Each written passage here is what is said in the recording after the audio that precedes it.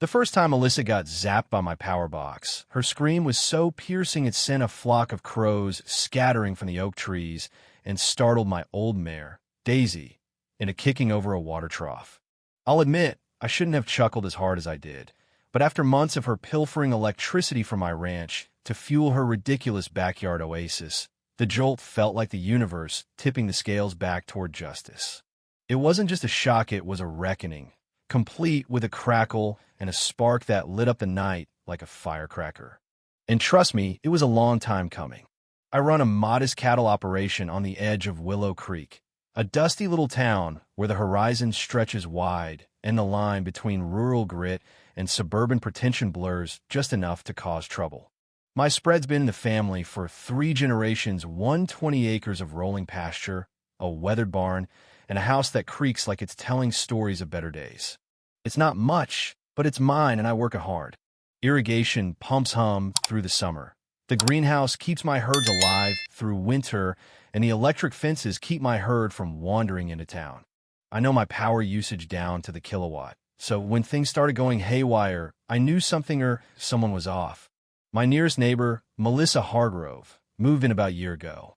She wasn't from around Herino roots.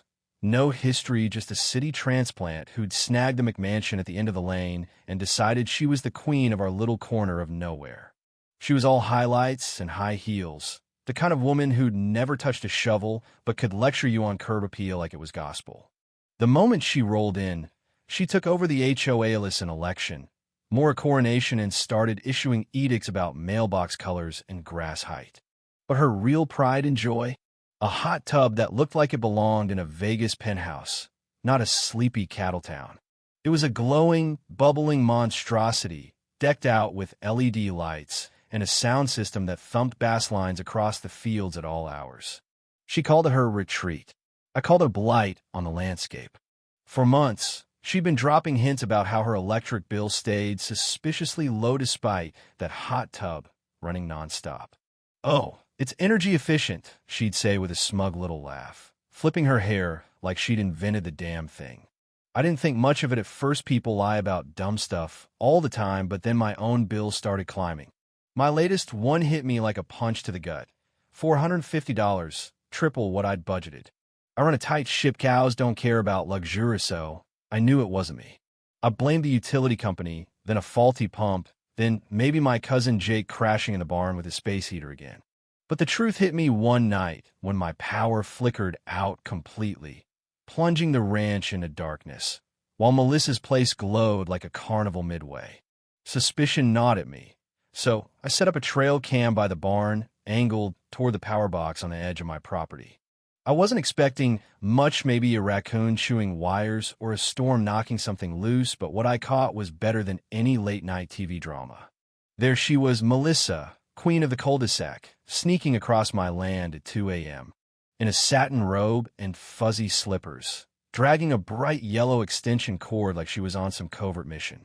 She crouched by my power box, popped it open with a screwdriver, and plugged in with the ease of a pro. She even paused to adjust her hair before slinking back to her glowing kingdom. I watched that footage 6 times, each replay stoking a mix of disbelief and fury. She'd been stealing my power me power, paid for with sweat and long nights to keep her hot tub bubbling and her playlist blaring. And that smirk as she disappeared into the shadows? It was the look of someone who thought they'd never get caught. I could have marched over there, yanked the cord, and called her out. I could have gone to the HOA, but she was the HOA, and they'd just send me a fine for unneighborly conduct. No, I wanted her to feel it literally. So I dug out an old electrical kit from the shed, brewed a pot of black coffee, and got to work. I'm no electrician, but growing up out here teaches you how to rig just about anything. I rerouted the outlet she'd been tapping into, tying it straight to the electric fence controller. Not enough to hurt her bad, just a sharp, stinging buzz like grabbing a live wire by mistake. I tested it with a wrench, watched the sparks fly, and grinned. It was perfect. Then I waited. 3 nights passed with no sign of her. I started wondering if she'd gotten spooked or was off at some HOA retreat, sipping Chardonnay and plotting new rules about porch decor. But on the 4th night, the camera pinged at 11:15 p.m. There she was again, robe flapping in the breeze, humming some pop tune as she dragged her cord across the dew-soaked grass. She plugged in, and the scream that followed could have woken the dead. She flailed backward, tripped over a garden hose, and landed in a pile of mulch I'd been meaning to spread. Her hair shot up like she'd stuck a fork in a socket, and she yelled something about lawsuits before hobbling off, one slipper loss of the night. I laughed so hard I nearly spilled my coffee. The cow-two pastures over didn't go into labor, but I swear I heard her moo in approval. The next day, a letter from the HOA showed up, taped to my gate with all the pomp of a royal decree. Your external power outlets present a hazard to pedestrian safety, it read. Rectify immediately. Pedestrian safety? The only pedestrian out here was a trespassing power thief in flip-flops. I tossed it in the trash and figured that was that. But Melissa wasn't done. 2 days later, a power surge knocked out half the street, including my place. The utility crew found a mess of spliced wires near the fence line, a sloppy underground setup she'd buried with tools I later realized were missing from my shed. She'd escalated from petty theft to full-on sabotage, and I was done playing nice. This time, I didn't just want a reaction, I wanted her empire to crumble. I spent a day rewiring the box again, setting up a dummy circuit that looped back to the fence controller, now with a little extra kick. I buried the wires under gravel, added a fresh coat of paint to the box, and made it look untouched. Then I installed a second camera, hidden inside the panel, to catch her in the act if she tried again. I wasn't stopping there, though. I called her that evening, voice dripping with fake sincerity. Hey, Melissa, just wanted to apologize for that power box mix-up, I said. Freak surge, all fixed now. Hope you're okay. She purred back. Oh, how sweet of you. Let's put it behind us, shall we? I could hear the triumph in her tone. She thought she'd won. That night, she took the bait. The camera caught her strutting across my yard at 10:50 p.m. No sneaking this time, just pure arrogance. She plugged in, and the zap hit her like a thunderclap. She yelped, stumbled into the fence now part of the circuit, and landed in my marigold bed.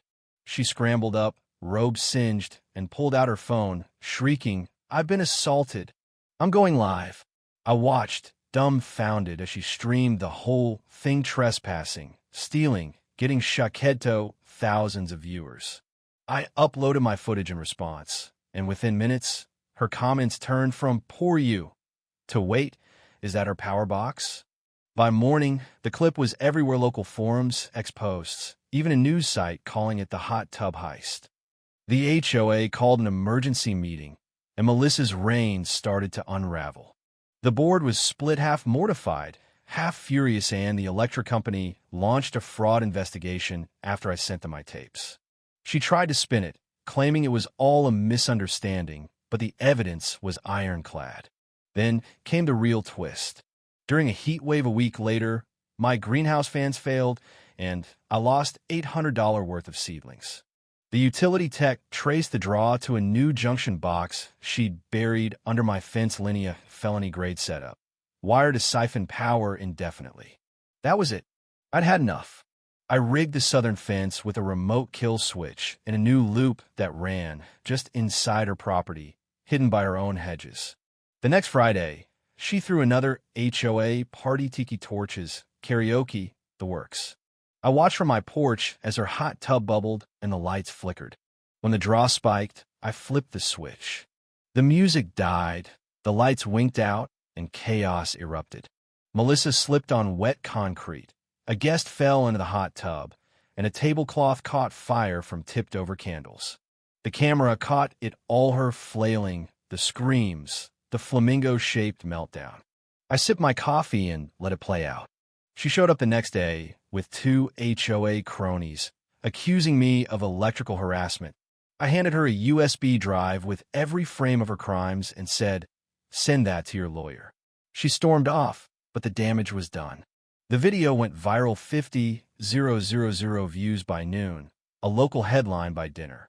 The HOA ousted her, the electric company fined her $22,000, and the sheriff warned her off my land. Then the county assessor dropped the bombshell. Her hot tub deck was 15 feet onto my property. She had 30 days to tear it down or lose it. Melissa held a frantic garage, sale handbags, speakers, the works before the hot tub was hauled away on a flatbed, a fallen tyrant dethroned. Peace settled over Willow Creek. The HOA eased up, my power bills normalized, and I added a sign in my new box. Not for public use, Melissa. Sometimes folks ask if I regret escalating things, humiliating her. I just shrug. Quiet lessons don't stick, I say. But nobody forgets the night Melissa lit up like a firework and learned what happens when you mess with a rancher's grid. If you were the one in this story, how would you react? Would you stand up and fight back, or accept the unreasonable pressure and control from the HOA? Share your thoughts in the comments below. And don't forget to subscribe, like, and share this VY Deo with more people. Your small action gives us the motivation to keep bringing you more intense and engaging stories.